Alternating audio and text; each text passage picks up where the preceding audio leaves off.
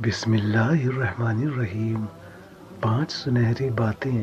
Number 1، بات کرنے سے پہلے سوچیں۔ بات کرنے سے پہلے پوری طرح سوچیں۔ ایسا نہ ہو کہ آپ کی زبان سے جلدی میں غلط اور پکڑ کیے جانے لائق بات نکل جائے۔ یہ کوشش کریں کہ زبان سے بڑی نرم، مناسب اور اچھی بات ہی نکلے۔ تیکھی، ٹیڑھی، الٹی سیدھی اور سخت بات نہ نکلنے پائے جو اللہ سبحانہ تعالیٰ کی ناراضگی کا کارن بن جائے۔ زبان کی کلمات کی بڑی اہمیت ہے۔ کتنے ہی ایسے انسان ہیں جنہوں نے اپنی زبان سے چند کلمات نکالے تو ان کے اور پورے سماج کے لیے مصیبت کا سبب بن گئے۔ اسی طرح کتنی ہی ایسی باتیں ہیں جن کی ادائیگی سے انسان جنت کا حقدار بن گیا، اور کتنی ہی ایسی باتیں ہیں جن کی ادائیگی سے جہنم کے گڈھے میں جا گرا۔ حضرت ابو ہریرہ بیان کرتے ہیں کہ رسول اللہ صلی اللہ علیہ وسلم نے فرمایا، کئی بار انسان اللہ کی رضامندی کی بات کرتا ہے جس کی اہمیت کا اسے احساس نہیں ہوتا، لیکن اللہ مالک الملک اس کی وجہ سے اس کے درجات بلند کر دیتا ہے، اور کئی بار وہ اپنے منہ سے اللہ کی ناراضگی کا ایسا کلمہ نکالتا ہے جس کے انجام کا تو اس کو علم نہیں ہوتا، لیکن اس کی وجہ سے وہ جہنم میں چلا جاتا ہے۔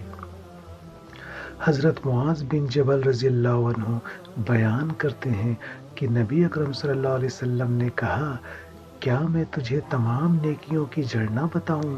میں نے عرض کیا، ہاں ضرور اے اللہ کے رسول۔ آپ نے اپنی زبان مبارکہ کو پکڑا اور فرمایا، اس کو روکے رکھ، یعنی زبان کی حفاظت کرتے رہنا۔ میں نے عرض کیا، اے اللہ کے رسول، کیا ہم اپنی باتوں کی وجہ سے پکڑے جائیں گے؟ آپ نے فرمایا، لیکن امر بالمعروف اور نہی عن المنکر، بھلائی کا حکم دینے اور برائی سے روکنے کے لیے اللہ تعالیٰ کا فرمان ہے۔ لوگوں کی سرگوشیوں میں اکثر و بیشتر کوئی بھلائی نہیں ہوتی، مگر جس نے صدقہ کرنے کا حکم دیا، یا نیک کام کرنے کا، یا لوگوں کے بیچ اصلاح کرنے کا حکم دیا، تو ان چیزوں میں بھلائی اور فائدہ ہے۔ علم سیکھنے کی اہمیت۔ نمبر 3، علم سیکھنا ایک اچھا کام اور باعزت راستہ ہے۔ شفا بنت عبداللہ بیان کرتی ہیں کہ اللہ کے رسول ہمارے پاس تشریف لائے۔ اس وقت میں ام المومنین حفصہ رضی اللہ عنہا کے پاس تھی کہ آپ نے مجھے فرمایا، تو اسے زخموں پر پڑھنے کا دم کیوں نہیں سکھا دیتی جسے تو نے اسے لکھنا سکھایا ہے؟ نمبر 4، علم دین کو سمجھنے و سمجھانے کے لیے سیکھیں۔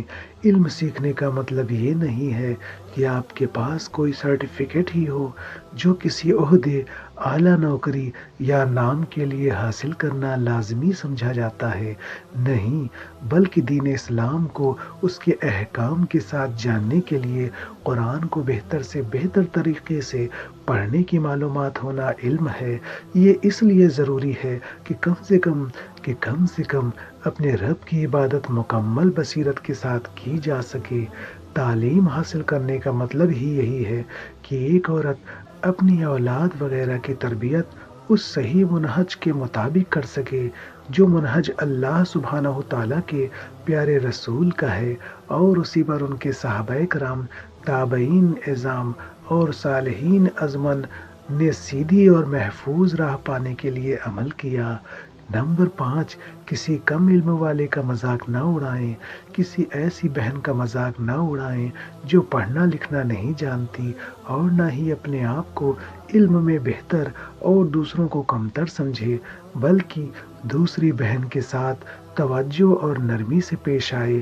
نرمی کا طریقہ اختیار کرنا دوسروں کی نظروں میں عزت اور وقار کو بلند کرنے میں آپ کا معاون ثابت ہوگا، یعنی مددگار ثابت ہوگا۔ آپ کا سخت رویہ آپ کے علم کے لیے بوال بن جائے گا۔ کعب بن مالک بیان کرتے ہیں کہ میں نے اللہ کے رسول سے سنا ہے کہ آپ نے ارشاد فرمایا، جس نے علم اس لیے سیکھا کہ وہ بے وقوفوں سے جھگڑا کرے یا علماء سے فخر کرے، برتری دکھانے کے لیے اور لوگوں کا منہ پھیر دینے کے لیے، تو وہ جہنم میں جائے گا۔